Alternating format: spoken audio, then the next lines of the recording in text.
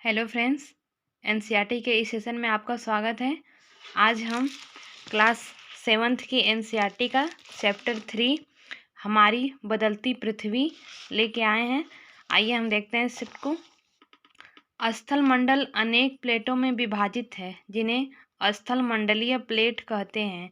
आपको यह जानकर आश्चर्य होगा कि ये प्लेट हमेशा धीमी गति से चारों तरफ घूमती रहती है, प्रत्येक वर्ष केवल कुछ मिलीमीटर के लगभग। पृथ्वी के अंदर पिघले हुए मैग्मा में होने वाले गति के कारण ऐसा होता है। पृथ्वी के अंदर पिघला हुआ मैग्मा एक वृत्तीय रूप में घूमता रहता है, जैसा कि क्रियाकलाप में दिखाया गया है। क्या आप जानते हैं, एक रंगीन कागज की छोटी सी गोली लीजिए और इसे जल के आधे भरे बीकर में रख दीजिए। बीकर की तिपाई पर रखकर गर्म करें। जल गर्म होने पर आप देखेंगे कि गर्म जल की परतों के साथ कागज की गोली भी ऊपर उठती है और ठंडे पानी की परतों के साथ यह गोली नीचे बैठती है। पृथ्वी के अंदर स्थित पिघला हुआ मैग्मा भी इसी प्रकार गति करता है। प्लेट की इस गति के कारण पृथ्वी की सतह पर परिवर्तन होता है। पृथ्वी की गति को उन बलों के आधार पर विभाजित किया जा गया है जिनके कारण ये गतियाँ उत्पन्न होती हैं। जो बल पृथ्वी के आंतरिक भाग में घटित होते हैं उन्हें अंतर्जनित बल एंडोजेनिक फोर्स कहते हैं, एवं जो बल पृथ्वी के सतह पर उत्पन्न होते हैं उन्हें बहिर्जनिक बल एक्सोजेनिक फोर्स कहते हैं। अंतर्जनित बल कभी आकस्मिक गति उत्पन्न करते हैं तो कभी धीमी गति। भूकंप एवं ज्वालामुखी जैसी आकस्मिक गति के कारण पृथ्वी की सतह पर अत्यधिक हानि होती है। पृथ्वी की गतियाँ दो प्रकार की होती हैं, एक अंतर्जनित बल से, एक बहिर्जनित बल से। अंतर्जनित बल में आकस्मिक बल एक पटल निरूपण बल। आकस्मिक बल में पहला भूकंप, दूसरा ज्वालामुखी, तीसरा भूस्खलन। पटल विरूपण बल में पर्वत निर्माणकारी बल। बहिर्जनित बल में दो प्रकार से होती है, अपर्दन और निक्षेपण। अपर्दन और निक्षेपण में 4 प्रकार से होती है, एक नदी के बहते जल से, दूसरा पवन से, तीसरा समुद्री तरंग से और चौथा हिमनद से। ज्वालामुखी भूपर्पटी पर खुला एक ऐसा छिद्र होता है जिससे पिघले हुए पदार्थ अचानक निकलते हैं। ये ज्वालामुखी है, ये मैग्मा है और ये पर्पटी। ये ज्वालामुखी की निकास नली और ये द्रवित मैग्मा और ये बाहर इसका क्रेटर और ये गैसों के राख।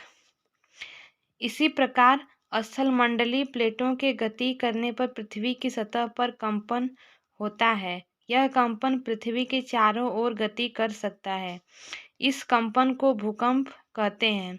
भूपर्पटी के नीचे वह स्थान जहाँ कंपन आरंभ होता है उद्गम केंद्र कहलाता है। उद्गम केंद्र के भूसतह पर उसके निकटतम स्थान को अधिकेंद्र कहते हैं। अधिकेंद्र से कंपन बाहर की ओर तरंगों के रूप में गमन करती है। अधिकेंद्र के निकटतम भाग में सर्वाधिक हानि होती है एवं अधिकेंद्र से दूरी बढ़ने के साथ भूकंप की तीव्रता धीरे धीरे कम होती रहती है। ये भूकंप का उद्गम केंद्र, वह स्थान जहाँ भूकंप उत्पन्न होता है, वो भूकंपीय ऊर्जा का उद्गम केंद्र कहलाता है। ये प्लेट सीमा, ये अधिकेंद्र जो पृथ्वी पर जहाँ पे सबसे पहले पहुँचता है वो अधिकेंद्र कहलाता है। भूकंपी तरंगे सभी दिशाओं में बाहर की ओर निकलती रहती हैं। क्या आप जानते हैं, भूकंपीय तरंगे 3 प्रकार की होती हैं, पी तरंगे अथवा अनुदैर्ध्य तरंगे, यस तरंगे अथवा अनुप्रस्थ तरंगे, एल तरंगे अथवा पृष्ठीय तरंगे। इन तरंगों के गुणधर्म विश्वकोश से ज्ञात करने का प्रयास कीजिए। यद्यपि भूकंप की भविष्यवाणी संभव नहीं, लेकिन यदि हम पहले से तैयार हैं तो इसके प्रभाव को निश्चित रूप से कम किया जा सकता है। स्थानीय लोग कुछ सामान्य तरीकों से भूकंप की संभावना का अनुमान लगाते हैं, जैसे जानवरों के व्यवहार का अध्ययन, तालाबों में मछलियों की उत्तेजना, सांपों का धरातल पर आना। भूकंप एक वस्तु स्थिति अध्ययन। भुज में भूकंप के झटके। 26 जनवरी 2001 के भुज शहर में रिएक्टर स्केल पर 6.9 की तीव्रता वाला भीषण भूकंप, जिससे शहर में आग, स्कूल प्रभावित हुआ। भुज की तबाही। मुख्यमंत्री की केंद्र से अपील। भूकंप प्रभावित क्षेत्र में आपातकाल की घोषणा। क्या आप जानते हैं भूकंप का मापन एक यंत्र से किया जाता है जिसे भूकंप लेखी कहते हैं। भूकंप की तीव्रता रिएक्टर स्केल पर मापी जाती है। जिसे भूकंप की तीव्रता 2.0 अथवा उससे कम होती है, उसका प्रभाव नहीं के बराबर होता है। जिस भूकंप की तीव्रता 5.0 होती है, वह वस्तुओं के गिरने से क्षति पहुंचा सकता है। जिस भूकंप की तीव्रता 6.0 अथवा उससे अधिक होती है, यह बहुत शक्तिशाली, और जिसकी तीव्रता 7.0 अथवा अधिक होती है, वह सर्वाधिक शक्तिशाली समझा जाता है। भूकंप से बचाव की तैयारी। भूकंप के दौरान कहाँ आश्रय लें? सुरक्षित स्थान। रसोई के काउंटर या मेज के नीचे, दीवार के अंदरूनी कोने में। इनसे दूर रहें। आग वाले स्थान, चिमनी के आसपास तथा टूट सकने वाली खिड़कियों, दर्पण एवं तस्वीर फ्रेम से। पहले से तैयार रहें। अपने दोस्तों एवं पारिवारिक सदस्यों के बीच जागरूकता फैलाएं एवं आपदा का सामना विश्वास से करें। मुख्य स्थलाकृतियाँ। अपक्षय एवं अपर्दन नामक 2 प्रक्रमों द्वारा दृश्य भूमि लगातार विघटित होती रहती है। पृथ्वी की सतह पर शैलों के टूटने से अपक्षय की क्रिया होती है। भूदृश्य पर जल, पवन एवं हिम जैसे विभिन्न घटकों के द्वारा होने वाले क्षय को अपर्दन कहते हैं। वायु, जल आदि अपर्दित पदार्थ को एक स्थान से दूसरे स्थान पर ले जाते हैं और फलस्वरूप एक स्थान पर निक्षेपित करते हैं। अपर्दन एवं निक्षेपण के ये प्रक्रम पृथ्वी के धरातल पर विभिन्न स्थलाकृतियों का निर्माण करते हैं। नदी के कार्य। नदी के जल से दृश्य भूमि का अपर्दन होता है। जब नदी किसी खड़े ढाल वाले स्थान से अत्यधिक कठोर शैल या खड़े ढाल वाली घाटी में गिरती है, तो यह जलप्रपात बनाती है।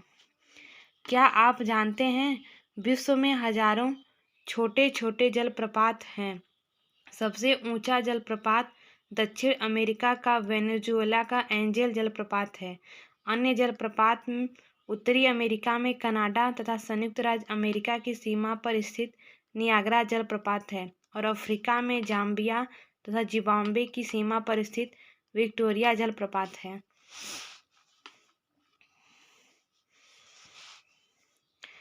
जब नदी मैदानी क्षेत्र में प्रवेश करती है, तो वह मोड़दार मार्ग पर बहने लगती है।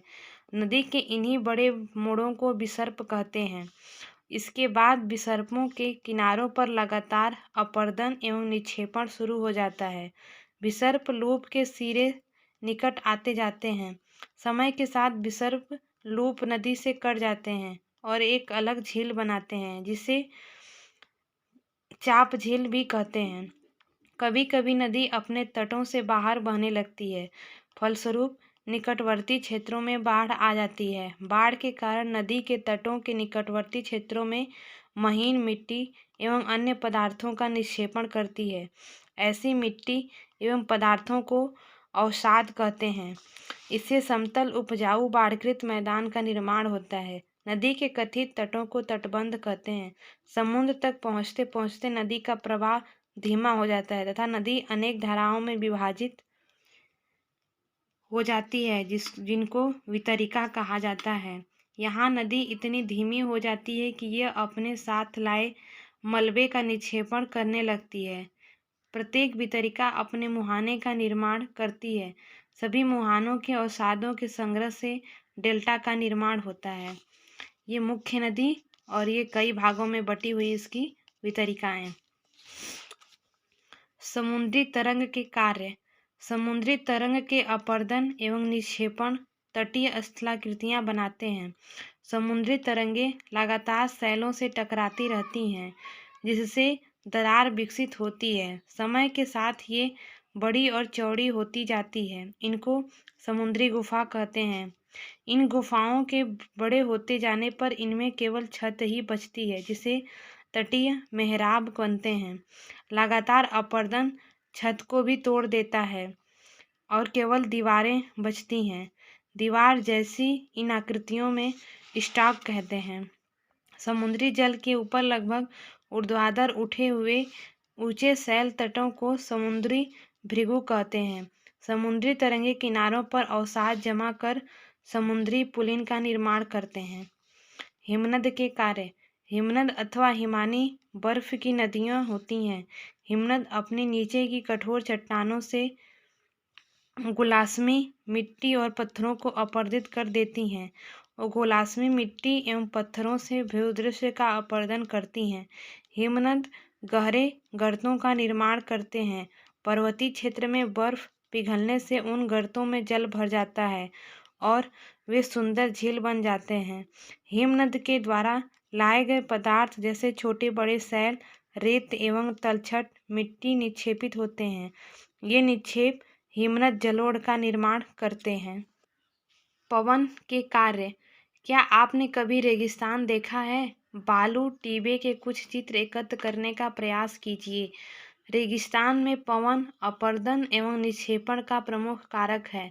रेगिस्तान में आप छत्रक के आकार के शैल देख सकते हैं, जिन्हें समांतर छत्रक शैल कहते हैं। पवन शैल के ऊपरी भाग की अपेक्षा निचले भाग को आसानी से काटती है, इसीलिए ऐसी शैल के आधार संकीर्ण एवं शीर्ष विस्तृत होते हैं। पवन चलने पर आप अपने साथ रेत को एक स्थान से दूसरे स्थान पर पहुंचाती हैं। जब पवन का बहाव रुकता है तो यह रेत गिरकर छोटी पहाड़ी बनाती हैं। इनको बालू टीबा कहते हैं। जब बालू कण महीन एवं हल्के होते हैं तो यह वायु इनको उठाकर अत्यधिक दूर ले जा सकती है। जब ये बालू कण विस्तृत क्षेत्र में निक्षेपित हो जाते हैं तो इसे लोयस कहते हैं। चीन में विशाल लोयस निक्षेप पाए जाते हैं। तो ये चैप्टर 3 था। आई होप आपको ये वीडियो अच्छा लगेगा, तो इस चैनल को लाइक कर दें, शेयर कर दें, सब्सक्राइब कर दें। Thank you.